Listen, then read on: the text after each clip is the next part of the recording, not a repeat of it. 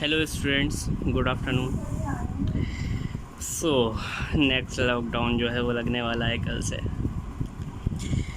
आज हम question number 3 से स्टार्ट करते हैं। क्वेश्चन नंबर 2 तक हम लोगों ने कर लिया था शायद। तो क्वेश्चन नंबर 3 जो है वो इंटरेस्टिंग क्वेश्चन है और ये इम्पॉर्टेंट भी है। इम्पॉर्टेंट इसलिए क्योंकि इसका जो फिगर है वो काफ़ी अच्छा लगता है देखने में और टीचर्स ज़्यादातर इसे जो है वो दे देते हैं। तो इसमें दे रखा है AD and BC are equal perpendicular to a line segment AB। ये कह रहे हैं एक लाइन सेगमेंट है AB, उस पे 2 परपेंडिकुलर्स इक्वल जो हैं वो डाले गए हैं। ठीक है, परपेंडिकुलर का नाम CB है और DA है। दो बातें हैं इसमें, एक तो ये खुद में परपेंडिकुलर है, मतलब ये भी 90 होगा, ये भी 90 होगा, और इक्वल भी हैं। BC equals to DA। Show that CD bisect AB। हमें शो करना है कि CD जो है वो AB को बाइसेक्ट कर रही है। बाइसेक्ट का मतलब ये होता है ये वाला पार्ट ये वाले पार्ट के इक्वल है, मतलब हमें प्रूव करना है OA इक्वल्स टू OB। ठीक, दैट इज़ वाई वही वैसे तो हम डायरेक्टली करते हैं, लेकिन यहाँ पर हमने कुछ नोट करने के लिए लिख दिया है। AB equals to BC given है हमें, angle B equals to angle A given है, 90 डिग्री है। हमें शो करना है OA इक्वल्स टू OB। ठीक है ना। तो angle B and angle A और अल्टरनेट एंगल्स हैं। एंगल B और एंगल A अल्टरनेट एंगल्स है, तो यहाँ से हमें ये पता चल गया BC जो है वो पैरेलल टू होगा DA के, और पैरेलल नहीं भी होता तब भी ये वाला एंगल इस वाले एंगल के इक्वल होता, वर्टिकल अपोजिट एंगल से। वही यहाँ पर हम लोग यूज़ करने वाले हैं। तो यहाँ से मैं सॉल्यूशन स्टार्ट करता हूँ। In triangle OBC and OAD, AB equals to BC given है हमको, और angle B equals to angle A है, ये गिवन है, और यहाँ पे हम लिख सकते हैं 90 डिग्री ईच।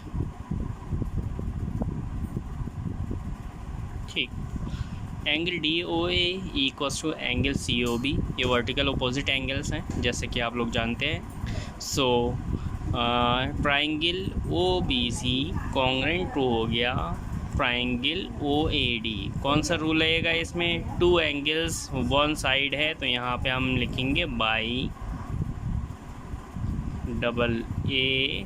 AAS rule. ठीक है ना, डेट्स ऑल।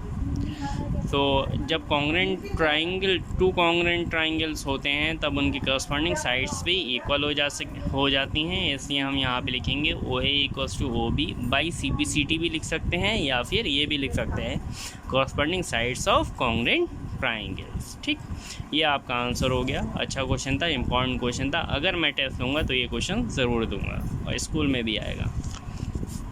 इसके बाद क्वेश्चन नंबर 4 दे रखा है L and M are 2 parallel lines intersect by another pair of parallel lines P and Q. Show that triangle ABC congruent to triangle CDA। ठीक है, तो ये कह रहा है 2 पैरेलल लाइंस है L एंड M, और 2 parallel lines P and Q जो है इन्हें इंटरसेक्ट कर रही हैं। हमें प्रूव करना है ABC कॉन्ग्रुएंट होगा ADC के। अच्छा क्वेश्चन है, यहाँ पे लिखेंगे in triangle ABC and CDA angle BAC की बात करते हैं। BAC ये वाला जो एंगल है ये वाला इक्वल्स टू हो गया एंगल ACD के।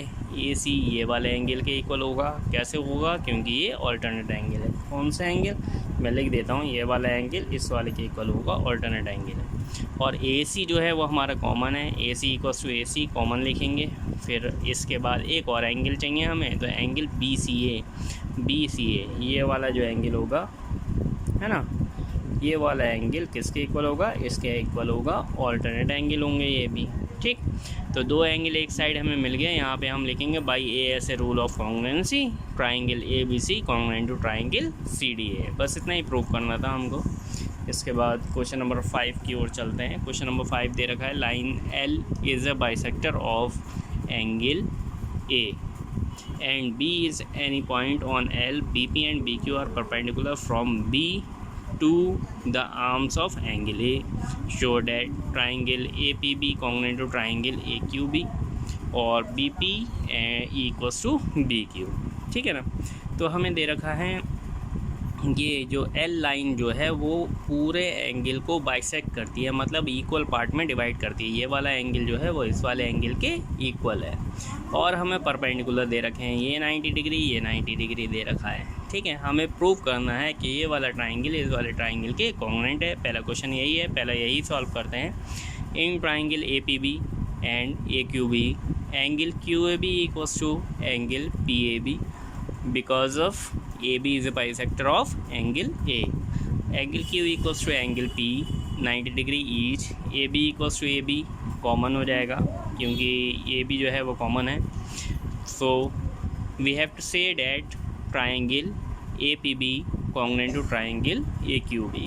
कौन सा रूल लगेगा यहाँ पर? 2 एंगल्स और 1 साइड है तो यहाँ पे लिखेंगे बाई AAS रूल. ठीक है ना. इसके बाद क्योंकि ट्राइंगल से इक्वल हैं तो उनकी करस्पॉन्डिंग साइड्स भी इक्वल होंगी. So P B equals to B Q by C P C T लिख सकते हैं, या फिर वही लिख सकते हैं जो हमने पीछे लिखा है. ठीक, तो सी पी सी टी इसीलिए लिख देते हैं क्योंकि ये शॉर्ट में होता है. इसके बाद नेक्स्ट क्वेश्चन है question number 6. In figure A C equals to A E. A C जो है वो ए ई के इक्वल है और ए बी ए डी के इक्वल है. And angle B A D equals to angle E A C. Show that B C equals to D E. हमें शो करना है B C equals to D E. तब हमें कौन सा ट्राइंगल लेना पड़ेगा, देखने से ही पता चल रहा है. बी सी देखो कौन सा ट्राइंगल में आ रही है. बी सी आ रही है ए बी सी में, और डी ई आ रही है ए डी ई में. तब हम इसी में लिखेंगे in triangle A B C and A D E. ठीक है ना. तो यहाँ पे एंगल बी ए डी हमें दे रखा है, ये छोटा वाला एंगल दे रखा है, जबकि हमें एंगल कितना चाहिए, हमें एंगल चाहिए पूरा. ठीक है ना. तो हमें एंगल पूरा चाहिए, तब हम क्या करेंगे, ये वाला एंगल जो है, छोटा वाला जो एंगल है, इसका नाम क्या है, डी ए सी. ये जो है ऐड कर देंगे दोनों साइड. ठीक है. तो angle B A D equals to angle E A C given था हमें. हमने एंगल डी ए सी दोनों तरफ ऐड कर दिया. एंगल डी ए सी इधर भी लिखा और angle D A C plus में इधर भी लिखा. ठीक. अब देखो बी ए डी ये कौन सा एंगल था, बी ए डी हमारा ये वाला एंगल है और डी ए सी ये वाला एंगल है. ठीक है. तब इन दोनों एंगल को जब हम जोड़ देंगे तो ये पूरा एंगल इतना एंगल बन जाएगा. कौन सा एंगल बन जाएगा, इसका नाम क्या हो जाएगा, बी ए सी एंगल हो जाएगा. ठीक है. तो इन दोनों का सम करके एंगल हो गया बी ए सी. ऐसे ही ये वाला एंगल में जब ये वाला जोड़ेंगे तो ये एंगल हो जाएगा इतना. इसका नाम हम क्या लिखेंगे, बी ए ई या फिर ई ए डी. ठीक है ना. तो इसका नाम हमने लिखा है एंगल डी ए ई. ठीक. अब हमारे पास सारी चीज़ें हैं, अब हम प्रूव कर सकते हैं. A B equals to A D हमें गिवन था और ए सी इक्वल्स टू ए ई भी गिवन था. So triangle A B C congruent to triangle A D E by S S rule.